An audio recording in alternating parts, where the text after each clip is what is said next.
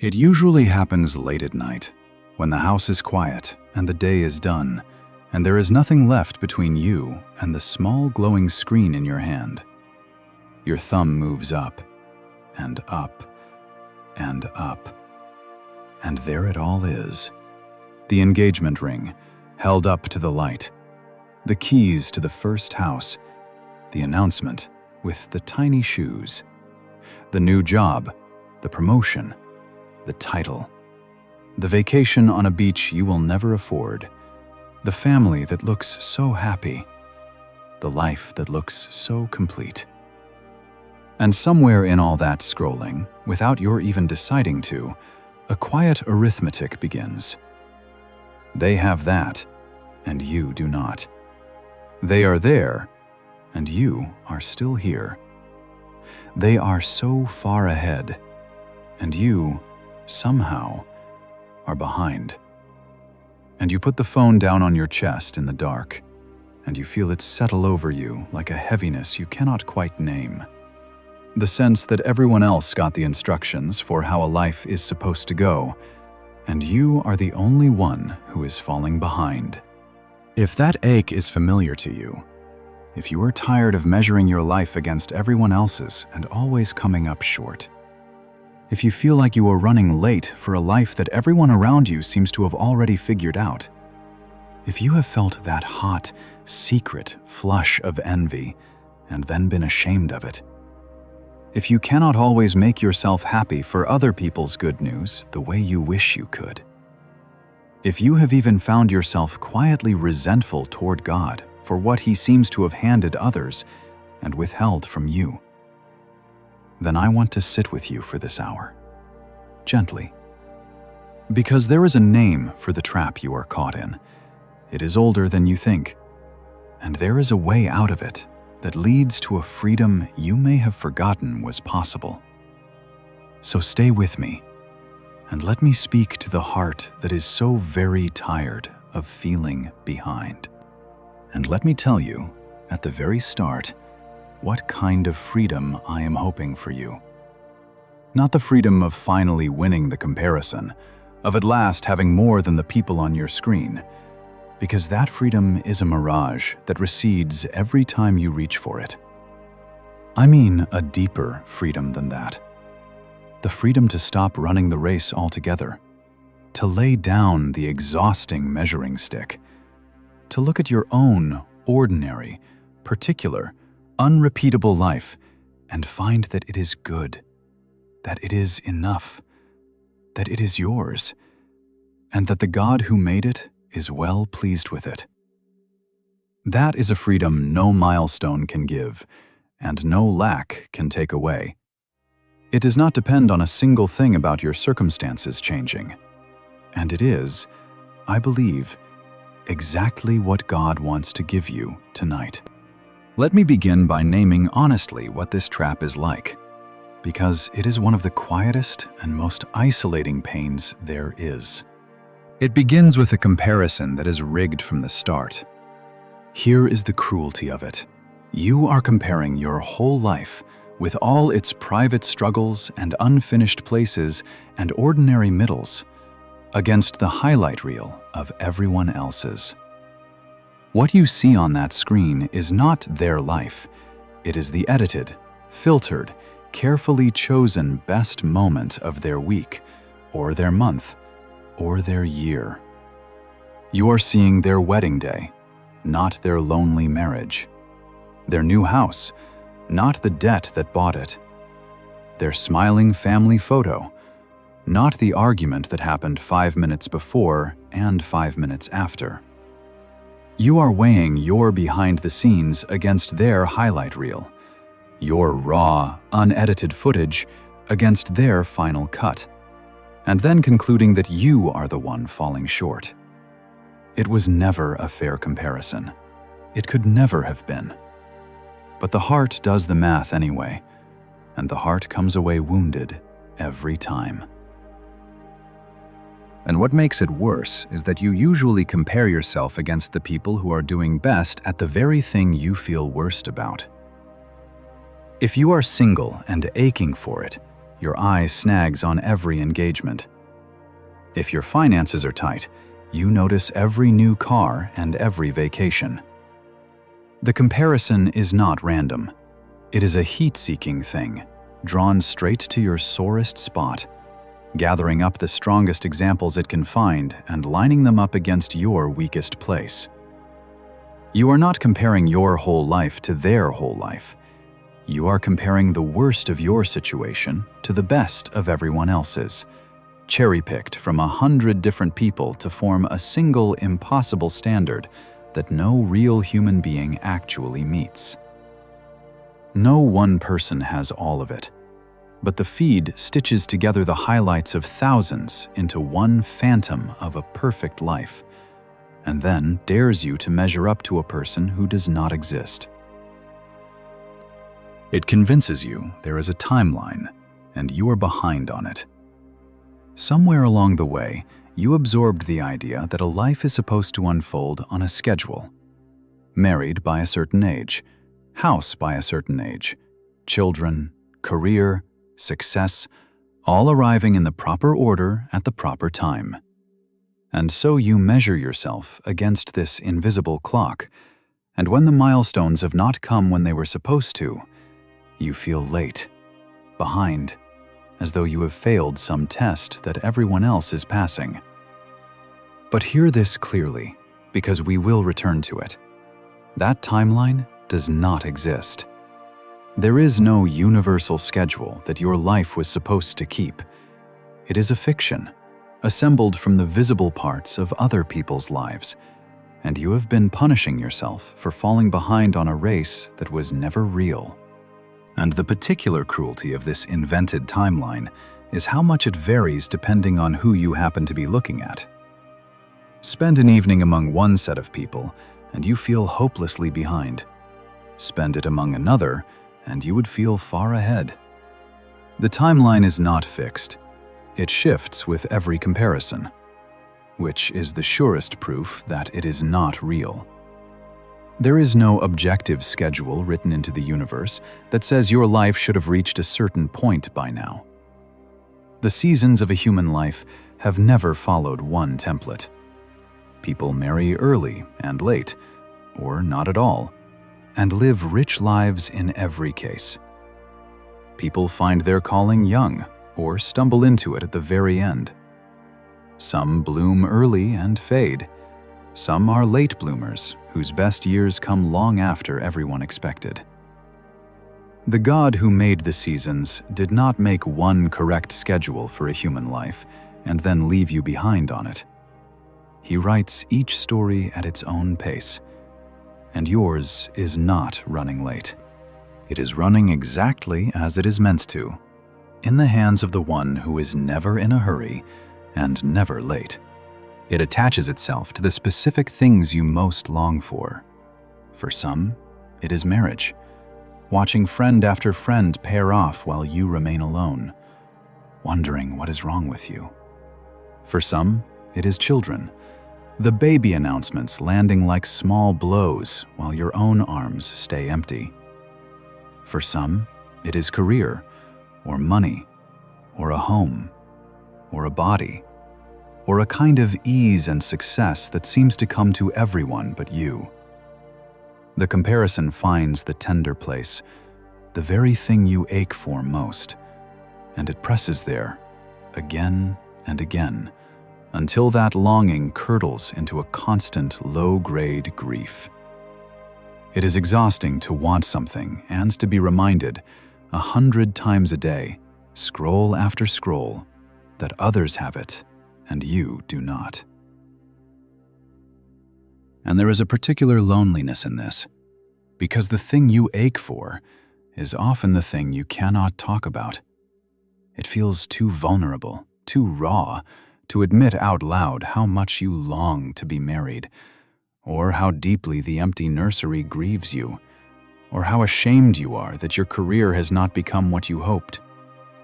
So you keep the longing hidden, and you smile at the celebrations, and you carry the ache alone, all while the reminders keep coming, relentless and bright, in the palm of your hand.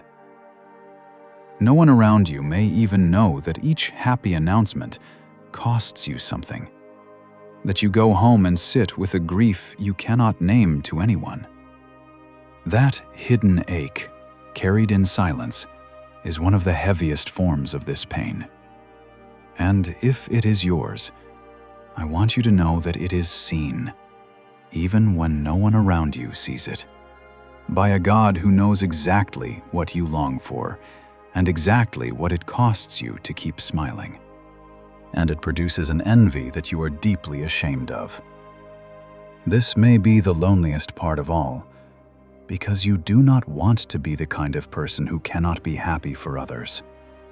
You want to celebrate your friend's engagement, your sister's pregnancy, your colleague's success, and yet, underneath the smile, there is that ugly twist in the gut, that resentment you hate yourself for feeling.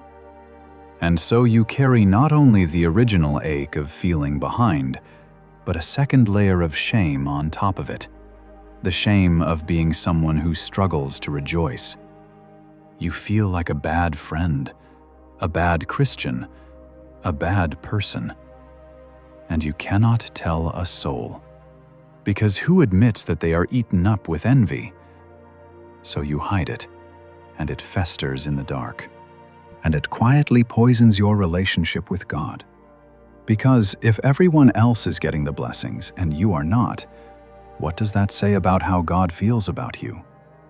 You start to wonder whether He loves them more, whether He is withholding from you on purpose, whether you have done something to be passed over. You watch Him seem to pour out on others the very things you have begged Him for, and a resentment creeps in that you would never say out loud. The comparison does not just steal your peace with other people, it steals your peace with God, planting the suspicion that He is a withholding father who plays favorites, and that you are the child standing outside the party, looking in.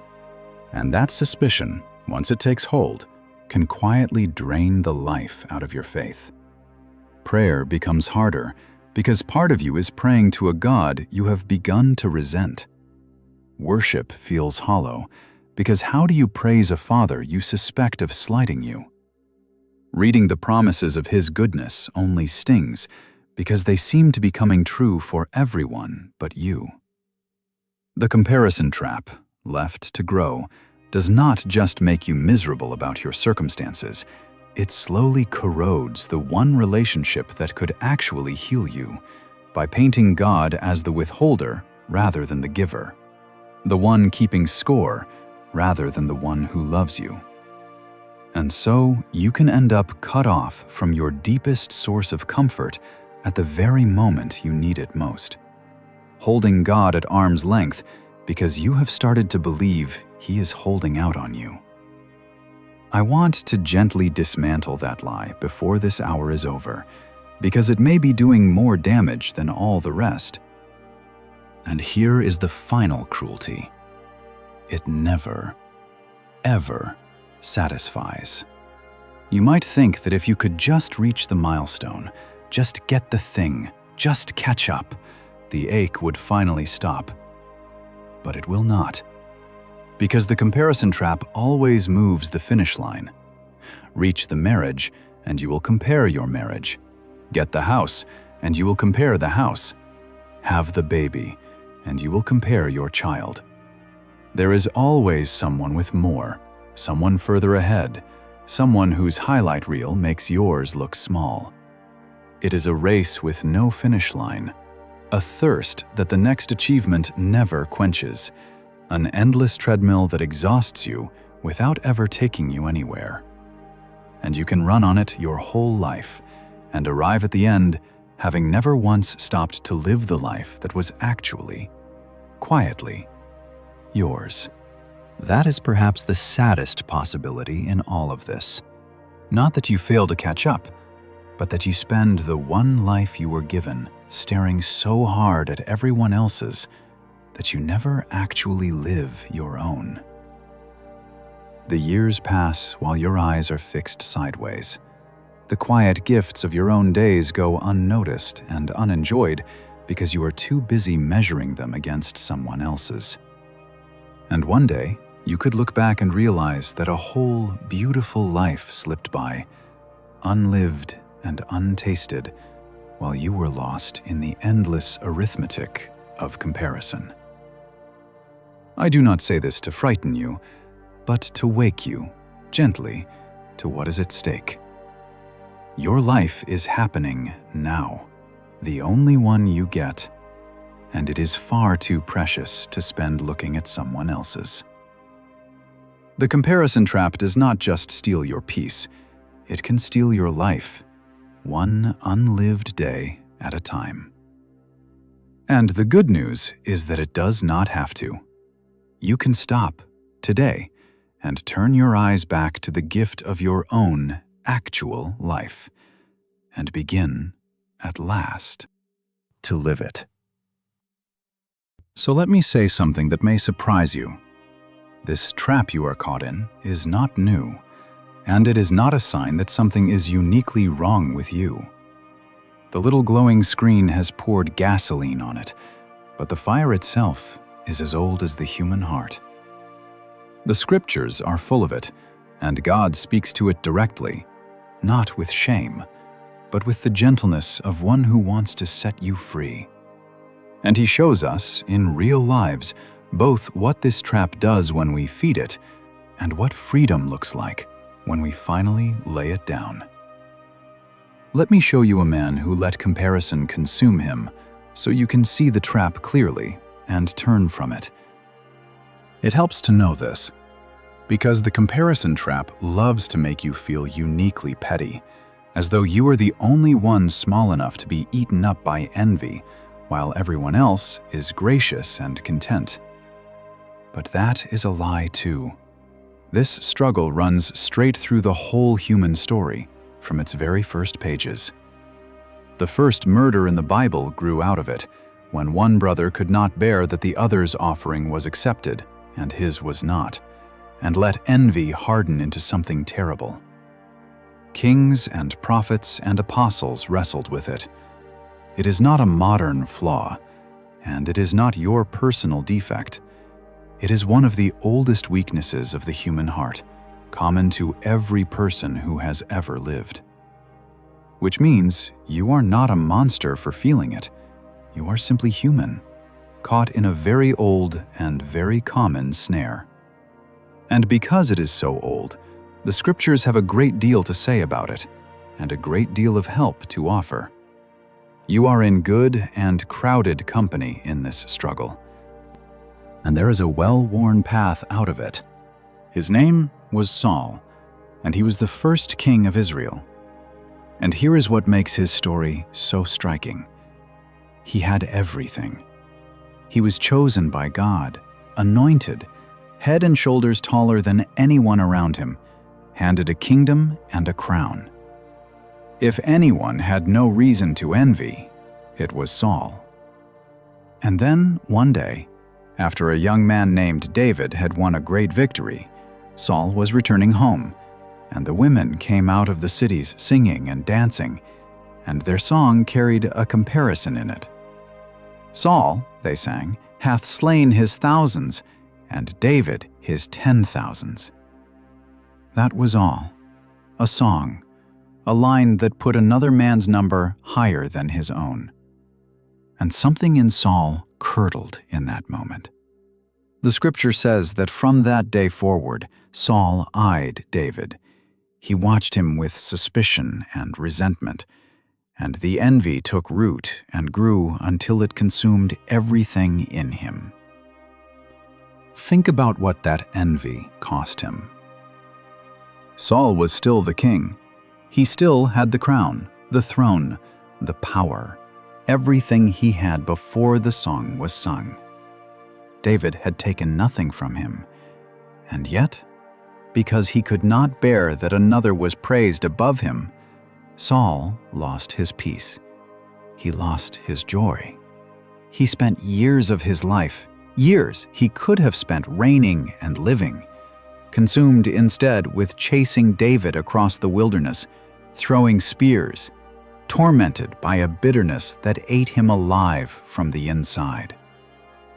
The comparison did not harm David. David went on becoming who God made him to be. The comparison destroyed Saul. And the scriptures tell us why this happens, in a line that has never been more true. A sound heart is the life of the flesh, but envy is the rottenness of the bones. Envy does not hurt the person you are envying. It rots you. It is a poison you drink, hoping it will harm someone else, and it only ever harms you. And notice how the envy distorted everything Saul saw. David had been nothing but loyal to him, serving him, fighting his battles, even playing music to soothe him when he was troubled. By any honest measure, David was the best thing in Saul's kingdom, a gift to him. But envy cannot see a gift. It can only see a threat. Once Saul began to compare, he could no longer see David as the loyal servant he was. He could only see a rival to be feared and destroyed. That is what comparison does to your vision.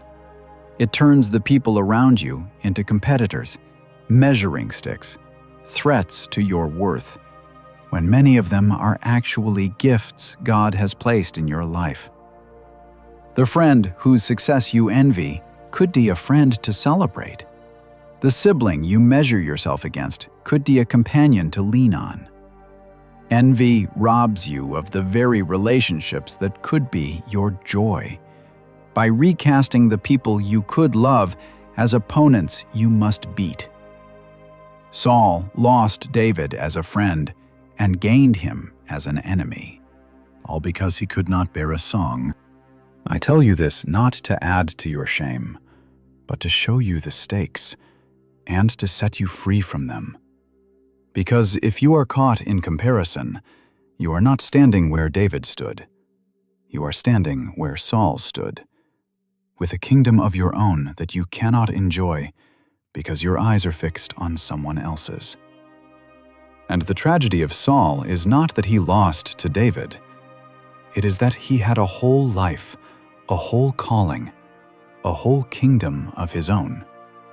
And he threw it away, staring at a man whose song was a little louder than his.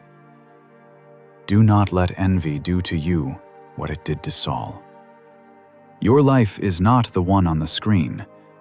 Your life is the one God gave you, and it is waiting to be lived if you will only take your eyes off the comparison long enough to see it.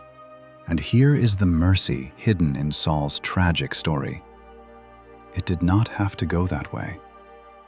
At any point, Saul could have turned.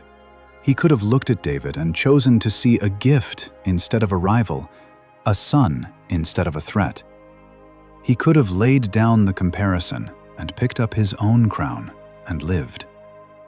The poison was not forced on him. He kept drinking it, day after day, choice after choice, until it consumed him. Which means the door that was open to Saul is open to you. You are not fated to follow his path. At any moment, including this one, you can set the cup down.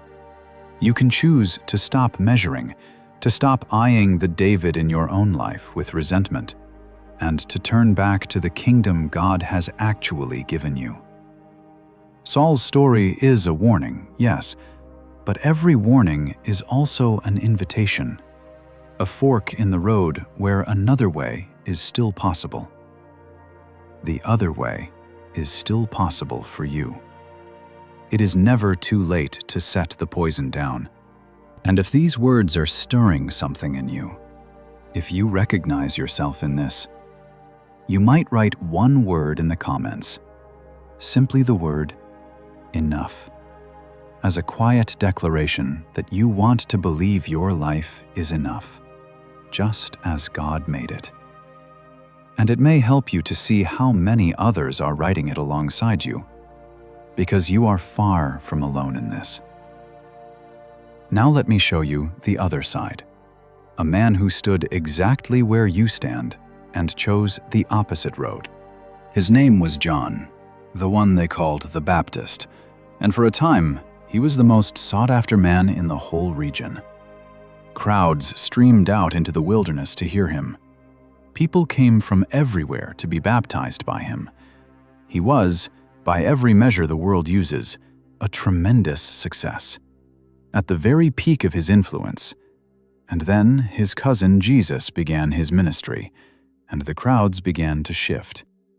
People started leaving John and going to Jesus instead, and John's own disciples came to him, troubled, and said, in effect, the very thing the comparison trap whispers to all of us. Everyone is going to him now. The crowds that used to be yours are his. You are shrinking, and he is growing. Sit with how sharp that moment would have been. John had given his whole life to his calling.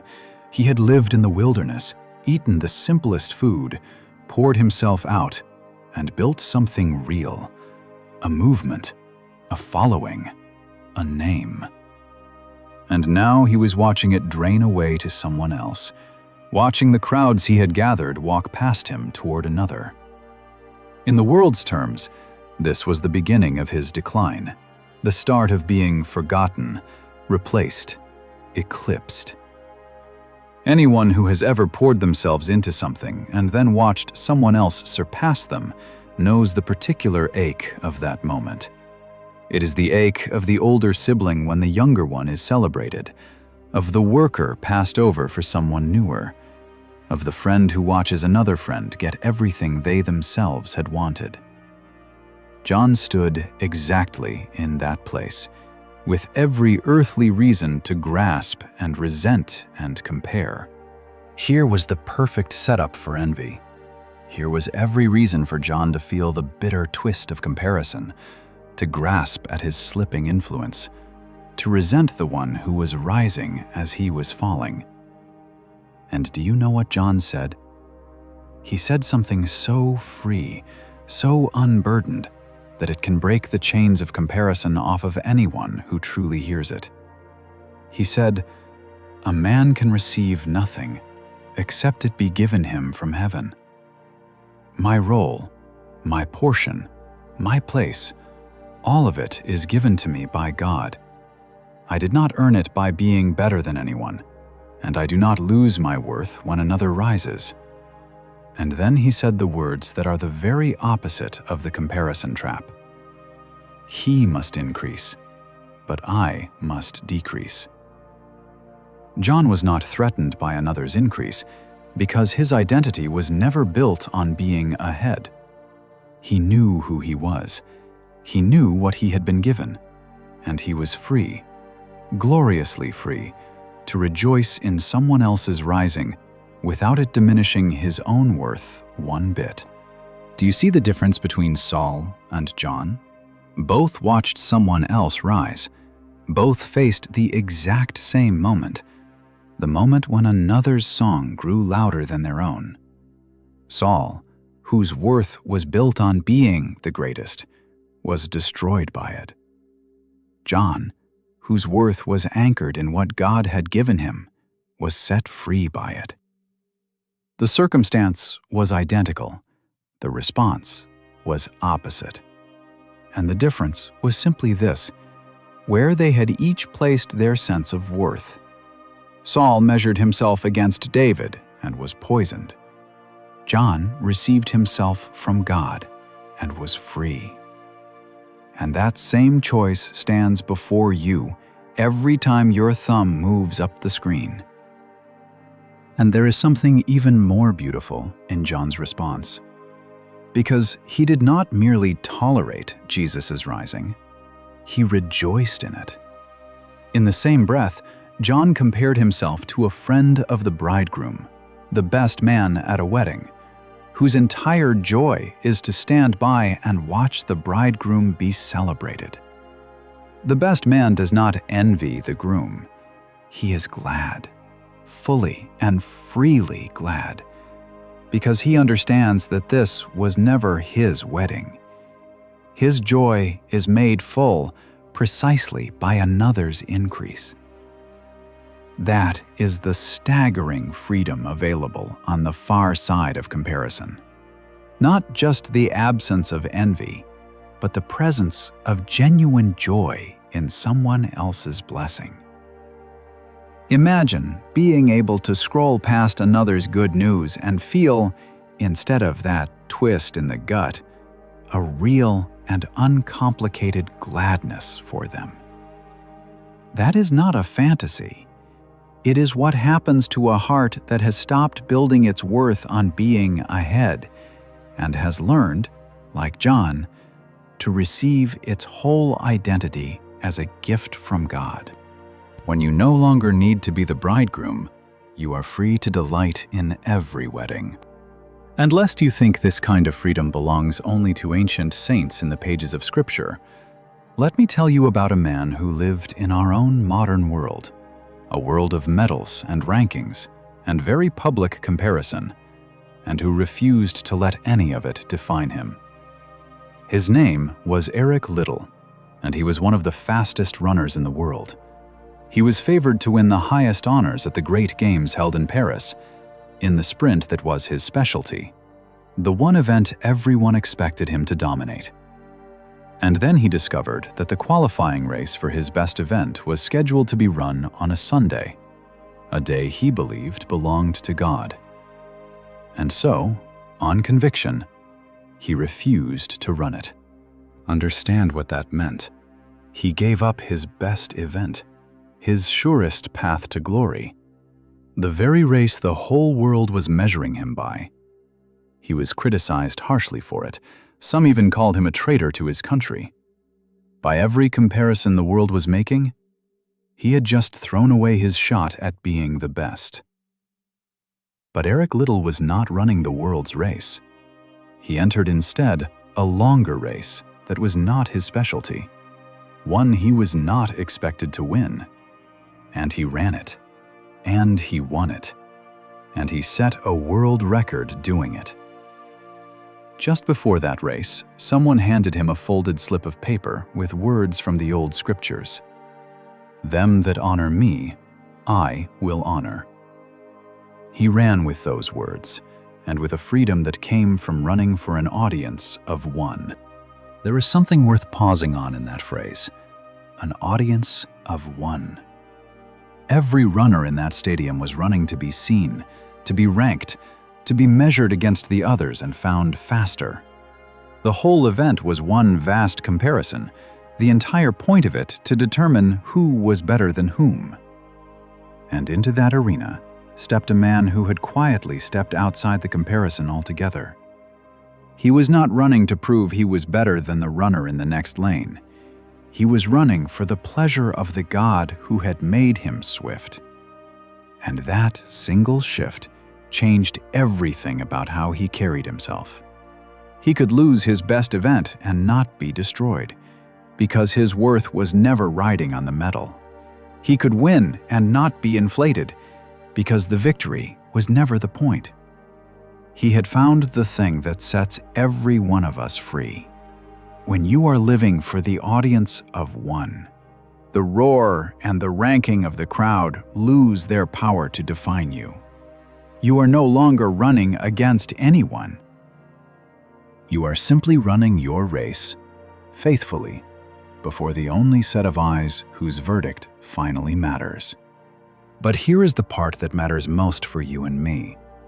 After all that glory, after becoming the kind of champion the world envies, Eric Liddell walked away from it. He could have had the fame, the riches, the comfortable, celebrated life. Instead, he gave it all up to go and serve as a missionary in China, in hard and dangerous places, far from any spotlight. And years later, when war came, he was imprisoned in an internment camp under brutal conditions. And even there, stripped of every external success, he became the most beloved man in the camp. He gave away his own food. He cared for the elderly and the sick. He taught the children and organized games to keep their spirits up. Those who survived that camp said he was the closest thing to a saint they had ever known, radiantly joyful in a place of misery. He died there before the war ended, having never returned to fame. And his life proved something the comparison trap can never understand: that a life measured by God's pleasure, rather than the world's medals, can be full and free and joyful, whether it is standing on a podium or kneeling in the dirt of a prison camp. He had learned to run his own race, in his own lane, for his own God, and it made him free. And think about how thoroughly his life refused the world's scoring.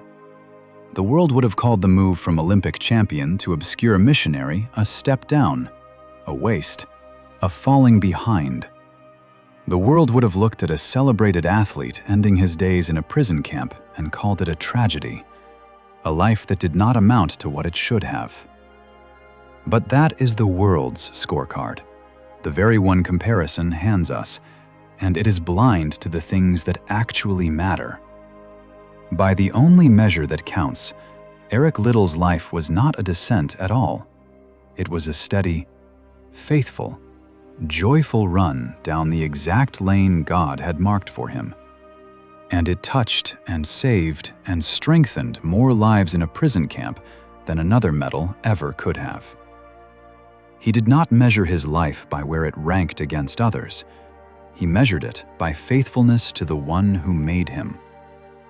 And so a life the world might have pitied was, in truth, one of the fullest and freest lives imaginable. That is what becomes possible when you stop letting the world's comparisons tell you what your life is worth. So let me tell you what is actually true, the truth that all of this has been pointing toward. Comparison is, quite simply, not wise. The scripture says it plainly: those who measure themselves by themselves and compare themselves among themselves are not wise. And it is not wise for a very practical reason. You are comparing two things that were never the same. Your life and theirs are not the same life, not the same calling, not the same timeline, not the same story. To measure your chapter 3 against their chapter 20, your behind the scenes against their highlight reel, your private struggle against their public success, is to compare things that cannot be meaningfully compared. It is like a tree resenting a river for not being tall, or a river envying a mountain for not flowing. You were never meant to be them. You were meant to be you. And the entire comparison was a category error from the beginning. Two lives, two callings, two timelines, two stories written by the same loving hand, but never meant to match. Can no more be ranked against each other than a sunrise can be ranked against a song. Each is simply and wholly itself. And consider, too, how little you actually know about the lives you are measuring yourself against.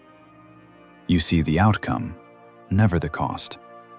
You see the house, but not the years of struggle, or the help they were given, or the price they quietly pay for it. You see the marriage, but not the loneliness inside some marriages. You see the success, but not the anxiety, the emptiness, the things that person would trade it all to be free of. To compare your life to theirs, you would have to know their life completely, from the inside, every hidden grief and secret fear, and you do not.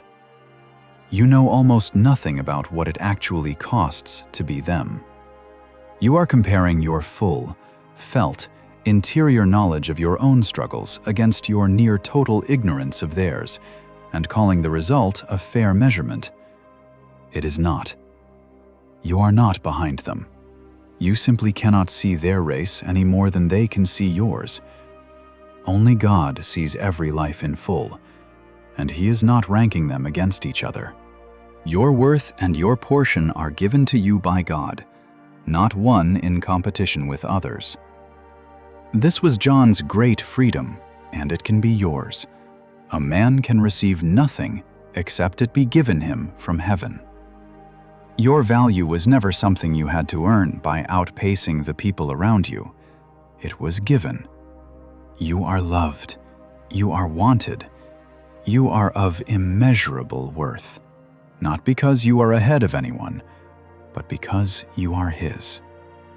And that worth cannot rise when you succeed or fall when someone else does, because it was never built on comparison in the first place.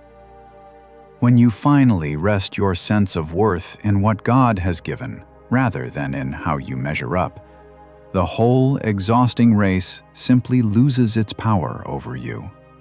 This is the hinge that everything turns on, so let me press it gently in. The reason comparison has such power over you is that somewhere deep down, you believe your worth is something you have to establish, to prove, to win by stacking up well against others.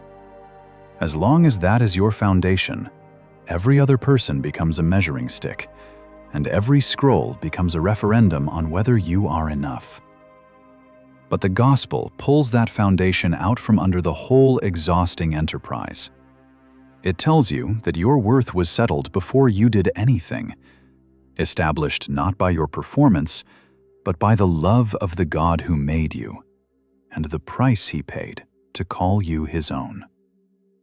You are not auditioning for a value you have to earn. You already have it. Given, fixed, unshakable, signed in love. And when you truly believe that, the comparison loses its fuel. There is no need to measure yourself against anyone, because the verdict on your worth is already in, already favorable, already permanent, and nothing anyone else does or has can revise it.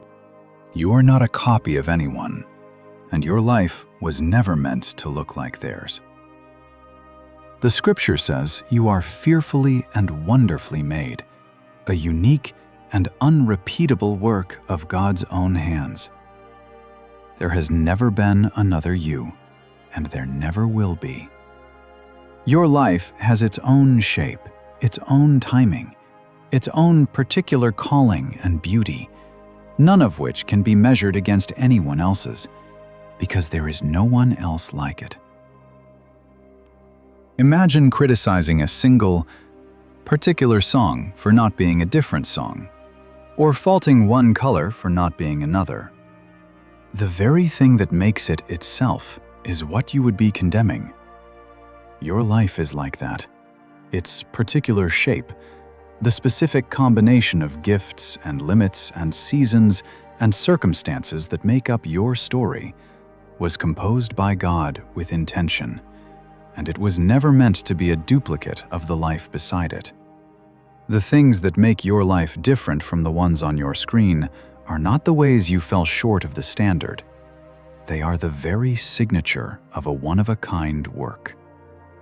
When you wish your life looked like someone else's, you are, in a sense, wishing away the unrepeatable thing God made when He made you. He did not want another copy of them. He wanted you, this you, with this story, and He called it into being on purpose, fearfully and wonderfully, a work the world has never seen before and will never see again. God is not writing 1,000 copies of the same story. He is writing yours, singular and irreplaceable, and the fact that it does not look like the story next to it is not a failure. It is the entire point. The Scripture even gives a gentle instruction for exactly this. It says, "Let every man prove his own work, and then shall he have rejoicing in himself alone, and not in another." Do you hear the freedom in that? You are to look at your own work, your own life, your own calling, and find your joy there, in what God has given you to do and to be, and not in measuring it against another. Your rejoicing is meant to come from your own lane, not from beating someone else's time. When you do your own work before God, faithfully, with whatever He has placed in your hands, there is a joy available to you that has nothing to do with how you stack up against anyone. It is the quiet, deep satisfaction of being who God made you to be, doing what God gave you to do, in the place where God has set you. No one can take that joy, and no comparison can add to it, because it was never about anyone else in the first place. And contentment, that thing you long for, is not something you find by finally winning the comparison. It is something you learn in God, regardless of the comparison. The Apostle Paul, who knew both abundance and deep lack, said that he had learned, in whatever state he was, to be content. He learned it. It was not handed to him by his circumstances. It was grown in him through his relationship with God. And he said that godliness with contentment is great gain.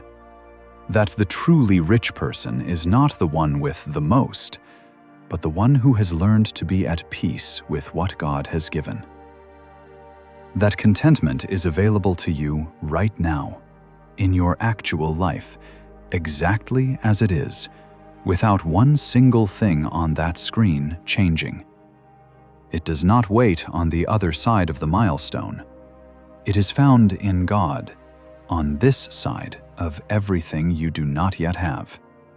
And notice that contentment is not the same as giving up, or pretending you have no desires, or settling into a gray resignation. Paul was a man of enormous passion and drive. He was not a man who wanted nothing. Contentment is something richer than the absence of desire.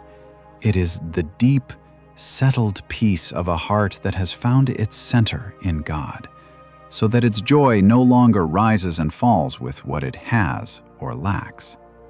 A contented person can still hope, still work, still long for good things, but they are no longer ruled by those longings, no longer made miserable by their absence, because their fundamental peace rests on something that cannot be taken away. That is why Paul could be content in plenty and in want, in abundance and in deep need. His contentment was not in his circumstances, it was in his God. And that is the contentment on offer to you. Not a numb lowering of all your hopes, but a peace beneath your hopes, steady enough to hold you, whether the things you long for ever come or not. Now, I want to be very careful here and very honest with you, because this is where comfort can go wrong. I am not telling you that if you are patient and faithful, God will surely give you the marriage, the baby, the house, the success that you see in everyone else. That would just be the comparison trap wearing a religious mask, keeping your eyes fixed on the milestones and simply promising you will get them eventually. That is not the freedom God offers. The freedom God offers is deeper and better than that. It is the freedom to discover that your worth, your joy, and the goodness of your life were never dependent on those milestones at all. God may write your story very differently from the ones on your screen, and the radical, liberating truth is that it will be no less good, no less full, no less blessed for being different. You are not waiting to catch up to a real life. You are already in your real life, and it is time to start living it. So let me name the lies this trap has been telling you, and answer each one. The first lie is that you are behind. But behind what? There is no race. There is no schedule that your life was supposed to keep, no universal timeline against which you are running late. That clock you have been measuring yourself against does not exist. You assembled it out of the visible fragments of other people's lives and then condemned yourself with it. Your life is not late. It is simply yours, unfolding in its own time, on the path God has marked for you and no one else. You cannot be behind on a race you were never running, Lay down the imaginary clock. It was never measuring anything real. And consider the freedom hidden in that. If there is no schedule you are failing to keep, then there is nothing to catch up to. Nothing to race toward in a panic. No test you are failing by being where you are. You can exhale. The pressure you have been living under, the constant low hum of being late for your own life, was generated entirely by a measurement that does not exist. The moment you stop believing in the imaginary timeline, the pressure simply has nowhere to stand. You're not running late. You are not falling short. You are exactly where your own particular life has brought you, at exactly the pace your own story is being written. And there is no cosmic stopwatch ticking against you. There never was. The only clock that was ever running was the one you built yourself out of other people's highlight reels, and you are free to take it down off the wall and throw it away. The second lie is that everyone else's life is better than yours, but you do not see everyone else's life. You see the parts they chose to show you, the polished and the curated and the carefully framed. Behind every highlight reel is a real human being with private griefs and fears and struggles you know nothing about. People who may well be scrolling past your life and feeling the very same envy you feel toward theirs. No one's life is the highlight reel they post. Everyone is fighting battles you cannot see. The perfect life you are comparing yourself to does not actually exist. You are envying an illusion. Remember that the people whose lives look so effortless are working hard to make them look that way. The photo was the best of 40 attempts. The caption was crafted to sound carefree. The moment was real, perhaps, but it was a moment, lifted out of a life that has just as many dull and difficult hours as yours does. The very nature of these highlight reels is that they are curated, and curation is, by definition, the hiding of everything that did not make the cut. So when you feel that someone's life is simply better than yours, remember that you are not seeing their life. You are seeing their gallery, their exhibition, the version of themselves they have chosen to display. Comparing your unedited reality to someone's curated exhibition is not just unfair to you, it is a kind of believing in fiction. The real person behind that account is, like you, a mix of joy and struggle, blessing and ache, doing their best to walk through a hard and beautiful life. They are not the illusion on the screen any more than you are. The third lie is that you will finally be happy once you get the thing you are missing. But you have seen in Saul that this is false. Saul had the whole kingdom and still could not rest, because the trap is not about what you have, it is about where your eyes are fixed. A heart trained to compare will keep comparing no matter how much it gains, always finding the next person who is further ahead. The happiness you are looking for is not waiting at the next milestone. If it were, the people with the milestones would all be at peace, and you know that they are not. Contentment does not come from winning the comparison. It comes from leaving the race altogether. You can see this everywhere, once you look for it. The person who finally gets the house they dreamed of, and within a year is restless for a bigger one. The one who reaches the goal they were sure would satisfy them, only to find the satisfaction evaporate almost immediately, replaced by a new target further on. The wealthy who envy the wealthier, the successful who feel like failures next to the more successful. If milestones could satisfy, the people who have them would be at rest, and they are not, because the trap was never about the milestone. It was about the comparing. A heart that has learned to find its peace by being ahead will never have peace, because there is always someone further ahead.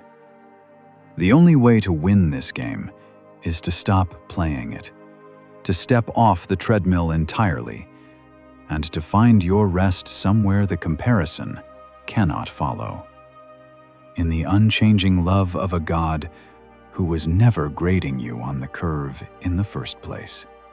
The fourth lie is that God loves them more than you, that He is blessing them and withholding from you because of something about you.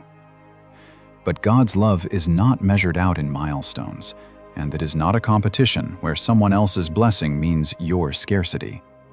He is not a withholding father playing favorites. He gives each of His children a different portion, a different path, a different set of gifts and seasons, and He loves each one completely and particularly. The good in someone else's life is not evidence of God's stinginess toward you. Your Father's love for you is not one bit smaller because of what He has given to someone else. He is not comparing you to anyone. Why would you? Think of a parent with several children. A good parent does not love them in equal measure by giving them identical things. They give each child what that particular child needs in that child's particular season. One gets help with a first home. Another gets a different kind of support entirely. Another waits longer for something they long for. A small child watching only the surface might cry that it is not fair, that the others got more. But the parent's love is not divided into portions, with the bigger share going to whoever received the most visible gift. The love is whole and complete for each one, expressed differently because each child and each situation is different. So it is with God. The blessing He has given another is not subtracted from His love for you. He is not running out of good, forced to choose who gets it. He has a particular, complete, unwavering love for you, and a particular path marked out for your life. And what He gives to another takes nothing at all from what He has for you. You are not loved in second place. There is no second place in the heart of God. And the fifth lie is that your envy makes you a terrible person, beyond the reach of grace. But envy is one of the most common and most human of all struggles, and God does not look at yours with disgust. He looks at it with compassion, the way you would look at a child trapped in a painful misunderstanding, longing to set them free. You do not have to hide your envy from Him in shame. You can bring it to Him honestly, lay it down, and ask Him to heal it. He is not condemning you for being caught in this trap. He is reaching out His hand to lead you out of it. In fact, the very thing you feel most ashamed of, that bitter twist of envy, can become the doorway to freedom the moment you stop hiding it and bring it honestly into the light. The envy you confess to God loses its power. The envy you conceal only grows in the dark. So do not let shame keep you from Him. The honest prayer, the one that says plainly, "I am struggling with envy and I do not want to. I feel behind and I am afraid. Please help me," is exactly the prayer He loves to answer. He is not waiting for you to clean yourself up before you come. He is waiting for you to come as you are, twist of envy and all, so that He can begin to untwist it with the gentleness of a father who has been longing to help you all along. And if this feeling of falling behind has grown so heavy that it has begun to steal your hope, if you have started to wonder what the point of your life even is, if the comparison has darkened into a despair that frightens you, please do not carry that in silence. Tell someone you trust. Talk to a pastor, a counselor, a friend, a doctor. Your life is not behind in any way that determines its worth, and the heaviness you feel right now is not the truth about your future. You are not a burden for needing help to carry this, and reaching for support is not weakness. It is one of the bravest and wisest things a person can do. And let me say a particular word to anyone for whom this has become very dark. Because the feeling of being permanently behind, of never measuring up no matter what you do, can sink into something heavier than ordinary discouragement. If you have begun to feel that your life has no worth because it does not match the ones you see, if a quiet hopelessness has settled in that frightens you, please hear this clearly. That feeling is lying to you about your value, and you do not have to face it by yourself. Your worth was never up for measurement in the first place. It was settled by a God who made you and loves you and would not trade you for anyone. Reach out to a trusted person, a pastor, a counselor, a doctor, someone who can help you carry this and remind you of what is true when you cannot see it yourself. You matter, exactly as you are, and the heaviness pressing on you tonight is not the final word about your life. So what do you actually do caught in a trap this old and this strong? A few gentle things. Be honest about what you are feeding. The screen that pours the comparison into you is not neutral. If a certain feed, a certain account, a certain habit of scrolling leaves you feeling smaller and more behind every time, you are allowed to put it down. You are allowed to look away. This is not weakness or avoidance, it is wisdom. The simple wisdom of not pouring poison into your own heart night after night.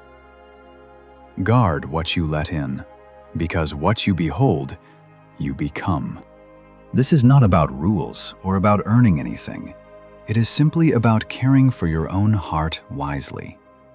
You would not keep drinking from a glass you knew was making you sick, and you do not have to keep consuming the things that reliably leave you envious and despairing. Maybe that means unfollowing certain accounts, or muting them, or setting the phone down at a certain hour, or stepping away from the feed entirely for a season. Maybe it means deliberately filling the space instead with things that feed your soul rather than starve it, things that are true and lovely and good. You get to decide what you behold, and what you behold shapes what you become. There is no shame in protecting your heart from a steady drip of comparison. It is one of the kindest and wisest things you can do for yourself. The feed is endless, and it is designed to keep you scrolling, but you are not obligated to let it set the terms of your peace. You can choose, gently and without guilt, to look away. Practice gratitude, deliberately, for your own actual life. Comparison blinds you to what you have by fixing your eyes on what you lack. The cure is to turn your eyes, on purpose, back to your own life and name the good in it. The roof over your head, the people who love you, the breath in your lungs, the quiet, ordinary blessings that the highlight reels have trained you to overlook. Gratitude is the antidote to envy, because you cannot resent what you do not have and treasure what you do have at the very same moment. Start naming your blessings and watch the envy lose its grip. It helps to make this concrete rather than vague. At the end of the day, instead of reaching for the screen that pours in the comparison, you might name 3 specific things from that very day that were genuinely good, however small. The warmth of a cup of coffee, a kind word someone spoke, a moment of beauty you almost missed. The point is not to pretend your struggles do not exist, but to train your eyes, which comparison has taught to scan constantly for what you lack, to notice instead what you have. This is not denial, it is a recovery of sight. The blessings were always there, woven through your ordinary days, but the habit of comparison made you blind to them, always looking past your own life towards someone else's. Gratitude gently turns your face back toward your own life, and you begin to see, perhaps for the first time in a long while, how much quiet goodness has been there all along, unnoticed because you were too busy looking at someone else's. Practice celebrating others, even when it is hard. This one is a discipline, not a feeling. You will not always feel happy for someone else's good news, and that is all right. But you can choose to rejoice anyway, to send the kind word, to genuinely bless their joy. And in doing so, you slowly starve the envy and grow the love. Like John, you can learn to delight in another's increase without it threatening your own worth. It is a muscle, and it strengthens with use. And on the other side of it is a freedom worth every bit of the effort. You might start small. The next time someone shares good news that would normally sting, try simply saying, sincerely, that you are glad for them, even if you do not yet fully feel it. Send the message, speak the blessing. Let the action lead, and let the feeling catch up over time, as it slowly will. There is a strange and beautiful mechanism in this. When you choose to celebrate another instead of envying them, you break envy's grip not only on your behavior, but, gradually, on your heart. The very act of rejoicing in someone else's good begins to make room for genuine joy where the resentment used to live. It feels backward at first, like exercising a muscle that has gone weak, and it may be uncomfortable. But each time you choose to bless rather than begrudge, you are becoming a freer, larger-hearted person, one who can move through a world full of other people's blessings without being diminished by any of them. That is a wonderful way to live. And it is learned one deliberate act of celebration at a time. Run your own race, with your eyes fixed forward, and bring the whole tangled thing, the envy, the shame, the resentment, toward God, honestly to Him. Do not hide it. Lay it down before the only one who can untwist it, and ask Him to anchor your worth in His unchanging love rather than in the shifting leaderboard of everyone else's lives. Then turn your eyes to the path He has set in front of you, your path, and begin, today, to actually walk it. And be patient with yourself, because none of this changes overnight. The habit of comparison was built over years, reinforced by 1,000 scrolls, and it will not vanish in a day. You will catch yourself slipping back into the old measuring, the old envy, the old sense of being behind. When you do not despair, and do not conclude that you have failed. Simply notice it, gently, and turn your eyes forward again, back to your own lane, back to gratitude, back to God. This is a practice, not a single decision, a direction you keep choosing rather than a switch you flip once. Every time you catch the comparison and turn from it, you are strengthening a new habit and weakening the old one. Over time, the pull grows weaker, the freedom grows stronger, and you find yourself able to scroll past, or to look up from the screen entirely, with a peace that would have seemed impossible to you tonight. Be gentle with yourself in the learning. God certainly is. Let me leave you with this, and then I will let you go gently. Picture a runner on a track, in a race. Each runner has been given a lane, marked out just for them, and the only way to run well is to run your own lane with your eyes fixed straight ahead. But imagine a runner who cannot stop looking sideways, who keeps turning his head to watch the runner in the next lane. What happens? The moment he turns to look, he breaks his stride, he drifts, he slows, he stumbles. By staring at the lane beside him, he loses his own race, the only race he was ever meant to run. The other runner's lane was never his to run. His lane, his pace, his finish line were his alone. And the looking sideways was the very thing that ruined them. And notice something gentle about that picture. The runner does not run better by trying harder to ignore the other lanes through sheer willpower. He runs better by fixing his eyes on something ahead, a point down the track, the finish line, the goal in front of him. The cure for looking sideways is not straining not to look. It is having something better to look at. And that is exactly what God offers you. The scripture says to run your race looking unto Jesus, fixing your eyes not on the other runners, but on Him, the one who marked your lane and runs beside you and waits at the finish. You will not break the comparison habit simply by scolding yourself for comparing. You will break it by lifting your eyes to someone worth looking at, by filling the gaze that used to wander sideways with the face of the God who loves you. Look at Him, and the other lanes lose their grip. Look at Him, and your own race comes back into focus. Look at Him, and you can run. This is the freedom God is holding out to you tonight.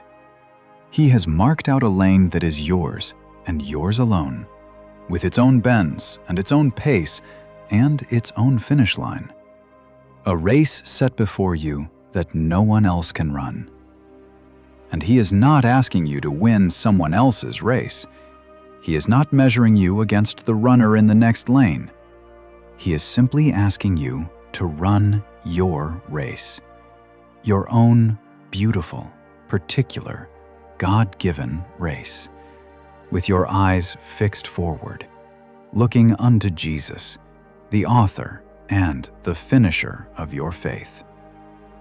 And here is the promise hidden in that picture.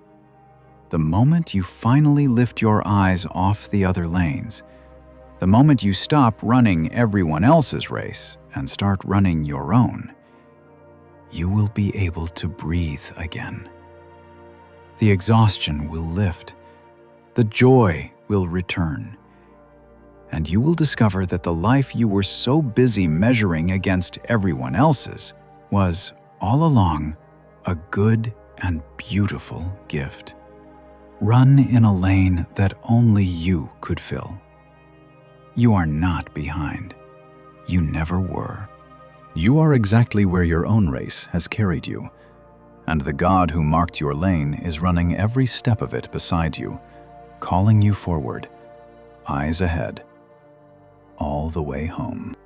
So when you wake tomorrow, and you reach for your phone out of habit, and the scroll begins, and the old arithmetic starts to whisper that you are behind, remember this: there is no race against them. There is only your lane and the God who runs it with you. Lift your eyes off the other runners. Look at the one who loves you, who measured out a life for you that no one else could live, who calls it good and calls you His.